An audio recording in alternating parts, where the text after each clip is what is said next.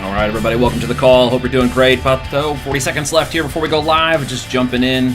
Say hello. Give me a like, comment, or some love when you guys see this. We're going to jump in here in just a second. Let's go ahead and shut this off. All right, guys, we're kicking it over. I hope you're having a great day. I am live. I hope you're live, too. The ASIN360 podcast, episode 1. I'm going to be taking questions on these, but for the most part, I'm going to be projecting outward like I kind of normally do. But if you have something of interest to say on this particular live one, go right ahead. Otherwise, going forward, I'm going to be doing more video drops on this channel as we move forward, guys. So in about 5 seconds, we're going to get live. I'm going to make some clarifications on an email I sent out to the group earlier for those of you who are just getting on.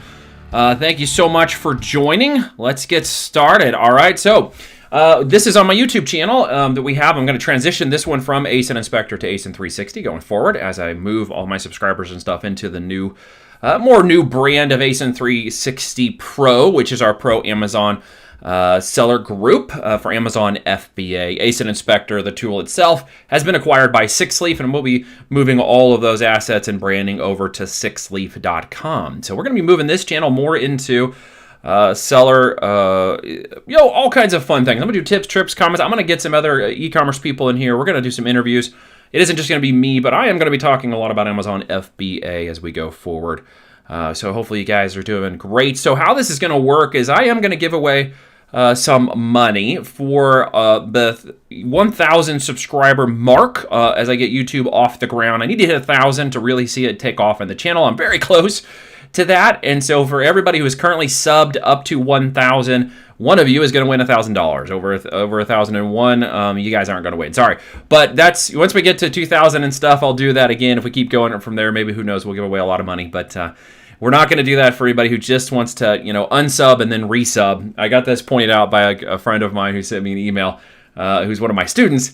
He was like, hey, you might want to make sure you address that. And I'm like, okay, so I'm addressing that with you. You have to already be subscribed. And when we hit the 1,000 mark, I'm going to choose one of my random subs of the 1,000 to give out some money to. So, guys, that's just a good way of getting things kicked off. So let's get to that mark so you guys can win. Share, like this channel, sub up. If you are not currently subbed, let's see how well we can get this going. So today we're talking about Amazon. We're actually talking about all things Amazon. We're going to do this probably every Thursday. I'm going to try to start dropping a video every Thursday as I get going. And then I will probably do some more content throughout the week as well. And the goal here is really just to keep you up to date on what's happening with Amazon. Give me some advice from our perspective as sellers in the marketplace.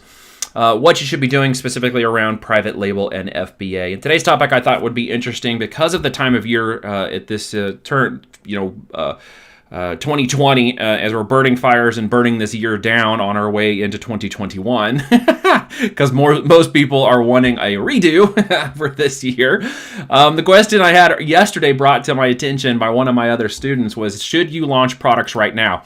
That's a really interesting question, and let me kind of address that here. Because you should continue to keep launching products all year long. Now, some of the instigation, I think, behind that question was brought to my attention is, there's going to be a higher volume of search, keyword traffic, etc. happening in the system right now.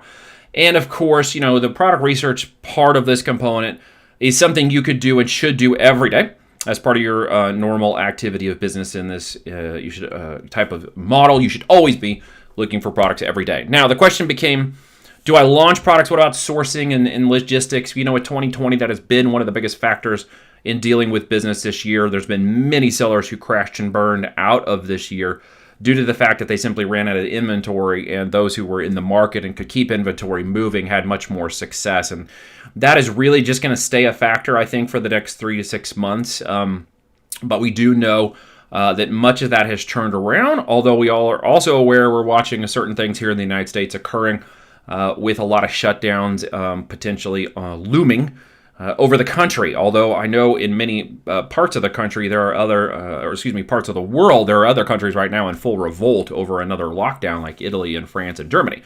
So what we're going to do here in the United States should be up for question. Can you still launch products and get pipeline moving? Absolutely. But what you're going to need to do is get a little smarter, probably about where the products are moving and from which locations you're sourcing and manufacturing them. Just to make accommodations for pipelines. Can you go ahead and product source and launch? Sure. the types of products you might launch faster this time of year versus regular times of year when the volume in search and traffic and buying isn't so high within Amazon right now are like white label products. You could get those moving a little bit faster. You could white label a product that you potentially want to private label. You could go ahead and get that moving a lot quicker because there's probably a manufacturer that has that white label inventory available already, in which you could put that in the market. You could get it going. You could get your keywords and stuff going, get that product out there, and then you could update it later with a private label version. And that's a good way to do some split testing. We've had that strategy for many years now to do white label to private label branding. We teach the strategies and implementation of that in our ASIN360 Pro program for those who are interested. Reed and I were just talking about this literally this past week in the group, as it was one of the questions that was brought up inside of our private training. So guys, if you are part of that group, welcome. If you are brand new to my sub, hello, my name is Neil Twa. I'm the CEO of what was formerly ASINinspector.com, which is now sixleaf.com, as we transition in the competition in the market is getting good, and it is also seeing lots of opportunity, and we're taking a position with another competitor to go out there and really kind of dominate in our particular way. So we're building a product relationship management tool off of Sixleaf, which has to do with rebates and launching products. And the Phoenix Chrome app, which I'll show you in a minute, has to do with product research. We're adapting and updating that. We should have a 2.0 version of that out very soon. Super excited about what the team is doing there, because we're kicking forces and we're joining forces and we're kicking things. And I don't know why I said that, but we're going to be kicking butt. How about that? Like kicking butt and doing things together. How about that? I'm crashing in train brain here. Hey, Sandy, great to have you here today. William, good to see you. Chris, thanks for joining. Katie, good to have you here too. And everybody else who's joining in right now, just like and sub so I can get to that 1,000. Let's get this channel kicked off together. The more we do it, the more people I can get involved and the more we can continue to learn. So yes, the 160 seconds roughly of into this live today, ASIN360. I'll try to do 360 seconds of updates for you math gurus. Just ask Siri what that is. Hey Siri, what's 360 seconds? She'll tell you it's about 6 minutes. I'll cut to the chase. And then we're going to get into product hunts, because, that's one of the better things I like to do with everybody that's on here, because I always like to do a little bit of teaching and learning about what we do. And then I like to make sure I'm giving plenty of value to everybody who joins up. So I want to make sure that you guys are available to that. So how do you get access to the current one is a question Sarah's asking right now. How do we get access to it? The 1.0 version is currently out in the Chrome app. I'll show you right now. You could go over to sixleaf.com and pick that up. And of course, you will get all the updates that are coming. And there is a lot coming to that tool as we combine forces and power of the ASIN Inspector Pro tool with Sixleaf's Phoenix tool. If you guys don't know anything about Sixleaf and Phoenix, let's just take 30 seconds real quick. I don't want to hammer on it. This is the Chrome extension for ASIN Inspector. For those of you who still have it, of course, you can continue to use it. Let's come over here real quick and just cover the bases. If you're in product research, and you should be, because if you're in an Amazon world of any kind, if you're wholesale, retail, arbitrage, we do predominantly private label, and that's mostly what I talk about, then you're going to need a product research tool. I know there's all kinds out there, there's historically all kinds, from Jungle Scout to Helium 10 and to others that do different things and provide different things. We've been doing this for over 5 years. ASIN Inspector was the first tool in the market. It is very, very good at what it does. We have upgraded to the Phoenix through our, obviously, our deal with them to provide a very good data set. It is a very, very good data set within Sixleaf. It's independently verified by a third-party agency. You can go over to the blog and check that out. I encourage you to look at those independent data audits, because it shows that we have the most powerful data set in anywhere, even going to be more advanced than the one we had at ASIN Inspector, which I know was very good. And I've shown you guys case studies in other ways before of people who have done up to $50 million in sales with ASIN Inspector Pro. So we know that's a good tool. We use it. The data is great. We're just going to level this thing up by taking Phoenix, combining ASIN Inspector, and making this an amazing tool that I think all of you are definitely going to want to use if you're a part of that. All right. So the update from ASIN Inspector Pro to Sixleaf will occur for existing customers. We will get you all those communications soon. It hasn't completely rolled out. I'm going to do it on the second 2.0 version for you all. So if you're a current customer of ASIN, don't worry, we'll get you covered as you come up to Phoenix. If you're not currently a customer, I would recommend you either grab the Pro and we'll upgrade you, or come over to Phoenix. and grab what's going on over here with Phoenix. There's a lot more that we do than just Chrome extension. You'll want to check out ZonBlast next for launching products and links and mass review and our Guard platform. There's a whole lot more that's going to come into this platform that we're working on. So let's get off that for now and let's talk about what's going on over here. This isn't going to turn into an infomercial, but I want you guys to know we are more than just coaches and consultants. We do have a software platform as mentioned, and we also are sellers within it. If you're new to this channel and you've never heard me before or are not one of my current students, thank you for joining. Hopefully you subscribe. If you do now and we get to be up to 1,000, someone's going to win $1,000 as we kick this off to a most official ASIN360 Pro Sellers podcast. All right. I have done podcasts in different ways in the background. I've done them in drop shipping before. I've kicked off podcasts and I've been guests for a number of podcasts that are out there. I really enjoy this format. It gives me an opportunity to speak as fast as I want, and none of you can tell me to shut up, which happens a lot. So I'm going to speak as fast as I want. Do not put this on 1x or 3x if you are trying to watch ahead, because it simply isn't going to work for you. But it is on YouTube and you can slow it down, so good luck to you. So as we get moving, guys, I want to talk about products. That's really what focus is. And my particular role within our organization as the CEO is to drive brand and strategy for Full Voltage Holdings, which is our company that does own assets and businesses, e-com, software, and of course our coaching and mentorship program at ASIN360.com. And so my job is strategy. I usually talk to my clients and customers at our Business Builder and Hire about strategy, overarching business growth, e-com beyond Amazon, products, and all kinds of things. So my job is really to stay at the big picture level. My business partner for the last 8 years, Reed Larson, some of you know him. He's at the tactical level. He's a very good strategician, make no mistake about it. But he's very good at the detailed, tactical, what we lovingly refer to as the nerdy level of this business model. And he is very good at what he does. He's the brain. He's the professor. I get to be the strategist. But one of the things I love to do and love to talk about is products, especially product research, branding products, and really envisioning the future of products. And I had a particular idea yesterday that I wanted to share with you guys today that I think is going to be of interest to some of you maybe getting out there and thinking about products. Now, I don't always tell you, obviously, everything that goes on. We do put a lot of stuff into our pro coaching for those of you who are interested in getting to the next level and becoming a smart pro seller. But I do share a lot here. And if you're a seller of any kind and you understand the market at all, I'm sure you're going to pick up on some of the things I say in passing that are cool, that are good, that are usable, actionable, and can apply to your business today. Always want to be relevant to what's happening today. That's why I wanted to cover the launching of products. So just to flip back in case you're just joining me real quick, I want you guys to know you should be launching products. You should be launching products every time you can get a product in the market, okay?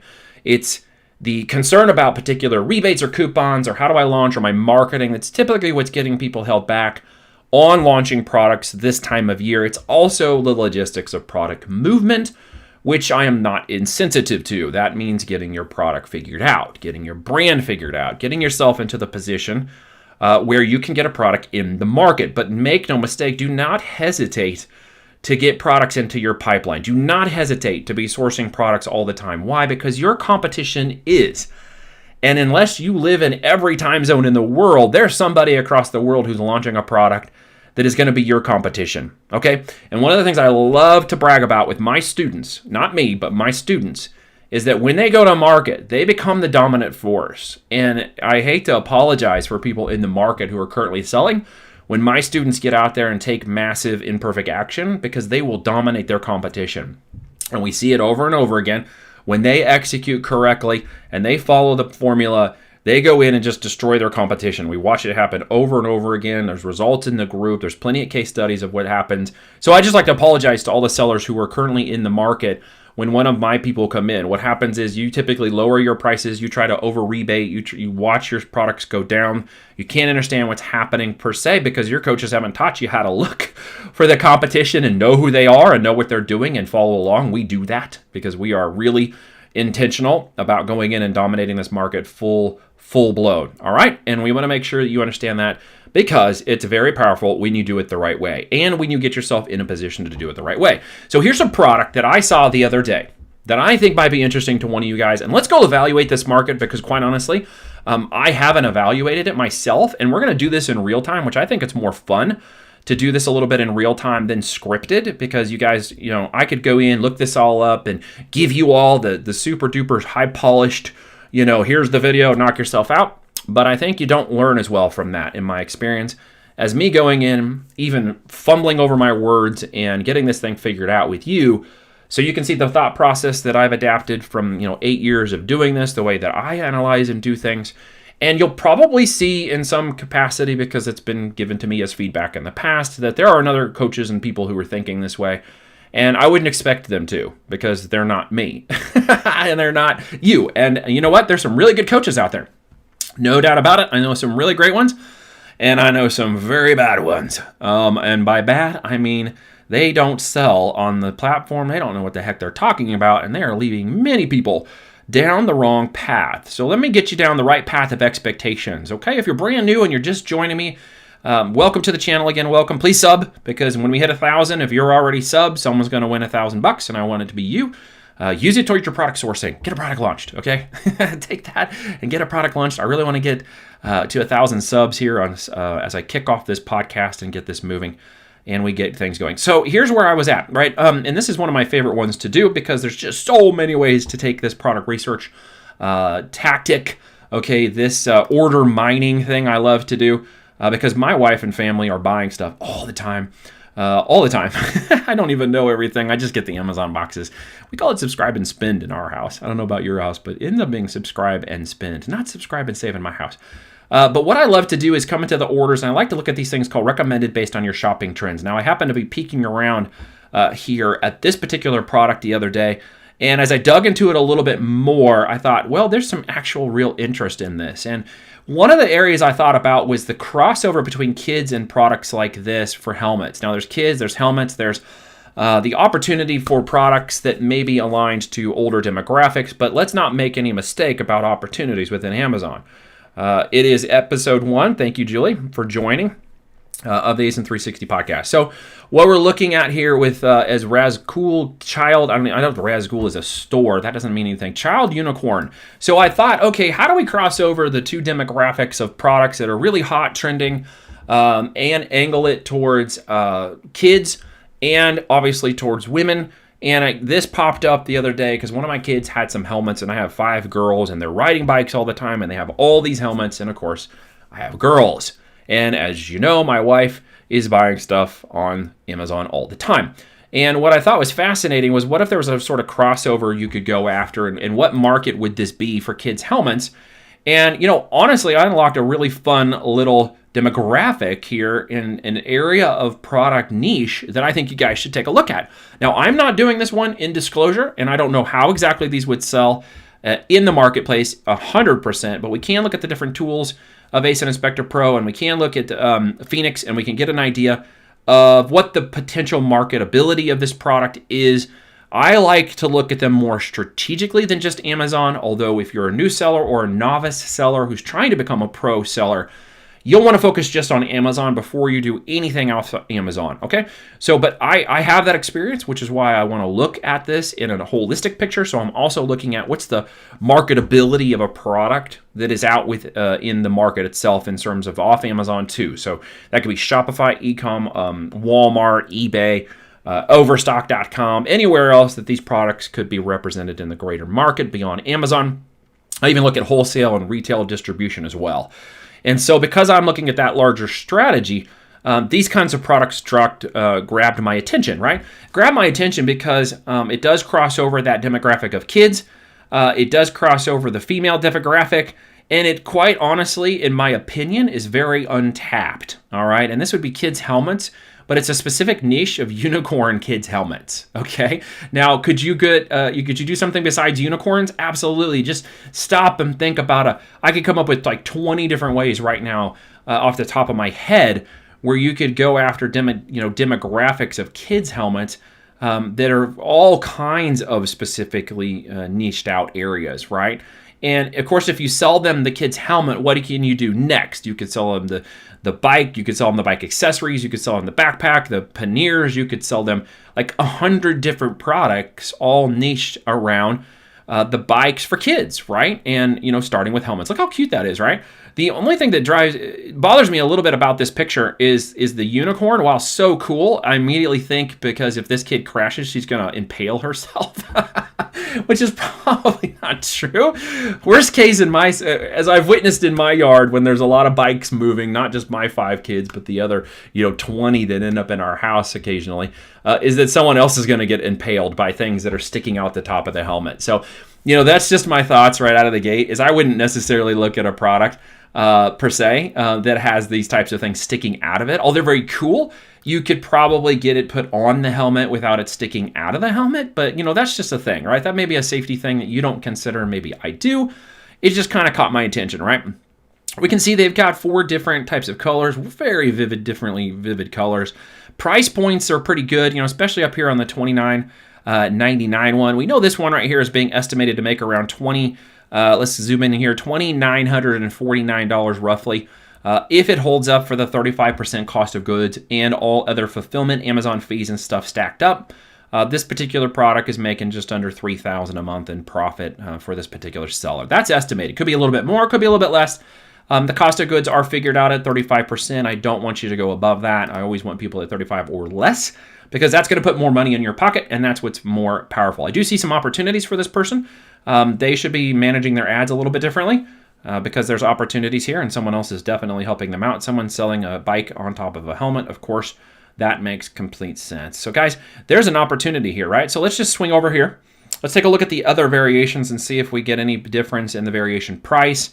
Let's also take a look, 34, this one's making a little bit more. This one's in a little more demand for this one. So there's a lot of ways that I can think of innovating on this. Remember, guys, we're just looking for similarity and familiarity of this particular product in the marketplace. You don't want to go look for this exact product. Just to be very clear. Now, this is some of the things I teach and we teach within the pro training. You do want to innovate, okay? Private label is an innovation, but you could get started with this as a white label, and you could potentially sell it faster. You might even get in some of the holiday, maybe at the time of the 19th of November. No, it's not going to happen. But you could know this is a product that will sell birthdays. It will sell all year long. It can sell on holidays. There's many more ways for this product to move all year long than just this particular time of year for holidays. But don't stop sourcing, all right? $34.74. This is an interesting product layout. Let's just look at child unicorn helmets because I have a feeling if I were just to do a search for child unicorn, what are we seeing? Helmet, look, right at the top, helmet. So let's just look at this, because that's one of the top keywords Amazon's got. 374 results. Definitely an opportunity to dominate there. Got some sponsored ads going at the top. Cool. I see some definite, let's see, this is a skulls. This is also a skulls. They're selling 2 different price points. Very clever. They're definitely selling a different, this is the 3D version. They're selling a different version of that one over there. We'd look at that in just a minute. Here's a whole different kind of uniform one for $44. Check that out. Interesting. Although, is that Little Dynamo? Yeah, Little Dynamo, man, at the 44, they're up here with the sponsored ad campaign. Really like that. For those of you in my training probably know what I'm talking about, why I find that to be interesting. For those of you who are not, just know there are some definite opportunities screaming. Not everything is the same, and you can definitely see some differentiation. I could see going after cats. Like there's cats here. Kids love cats. Girls love cats. This one's painted on a regular helmet. These are relatively lightweight, although we'd have to look at the dimensions. I'm not sure if they're really oversized. I'd have to do a dimension look, but let's see what the whole child unicorn helmet is doing. We definitely see a consistency in price point. Few outliers in the price point, and I don't necessarily concern myself with that because, look, when I go to the market, I don't want to be competing on price.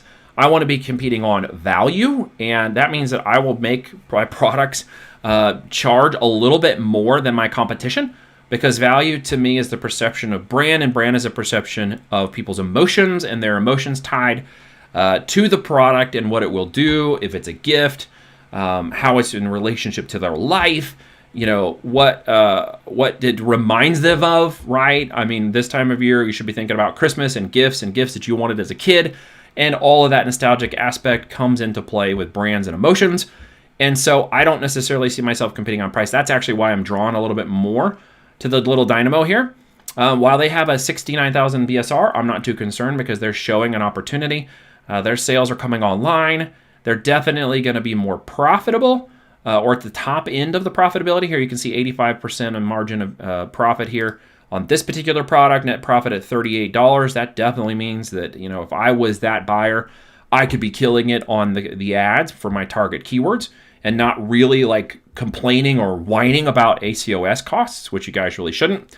That's not something that you really want to fret yourself about too much if you are going to be playing the dominant game. Plus, I want to be in a position that when I go into the market with a product like this, I am going to be the dominant player for a while. I don't want to get into a market that I know that is not going to be something that I can dominate from now 2, 3, 4 years, okay?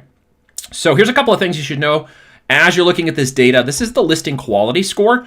It's based on titles, bullets, keywords, images, and components of the detail. 0 to 10, okay? 0 extremely low, 10 good. It's an indicator of the strength of these particular listings, and if you notice, this one is getting a stronger listing. This one's getting a stronger 2. For those of you who are in my training, you'll know why that's important and why you want to pick up on that.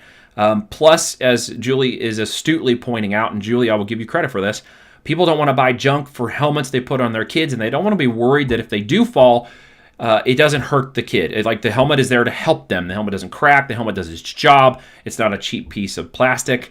I'm thinking of that too for my safety. They want to know this is a value, and typically perception for safety devices are you pay higher prices for better quality. Just think about that. That's also one of the things that drew my attention. So as you're looking at these listings and stuff, take effect of the listings quality score so you can get a better idea of who's going to be the dominating factors in this particular niche based on their quality score. So strength is a proprietary metric. Literally, I won't give you all the details of how this works, but it is relevant to the searched keyword. It has to do with the evaluation of the niche, along with the analytics and the valuation, okay? Anything closer to green is going to be good, of course, potentially easy to displace rank. Yellow, somewhat weak listing, and of course, orange is average. Red is something you might want to be able to stay away from. Going to be harder for you to displace. Black is going to be extremely difficult. So just consider those particular ones as you go along. Of course, you should know what a BSR is. You can tell bestseller chart rankings from 7 to 30-day moving averages. You can see your BSR score if it widely goes up and down, okay? That's going to be someone playing. It could be them manipulating the engine. It could mean all kinds of things. What you really want to see is consistent sales to know that this product has longevity.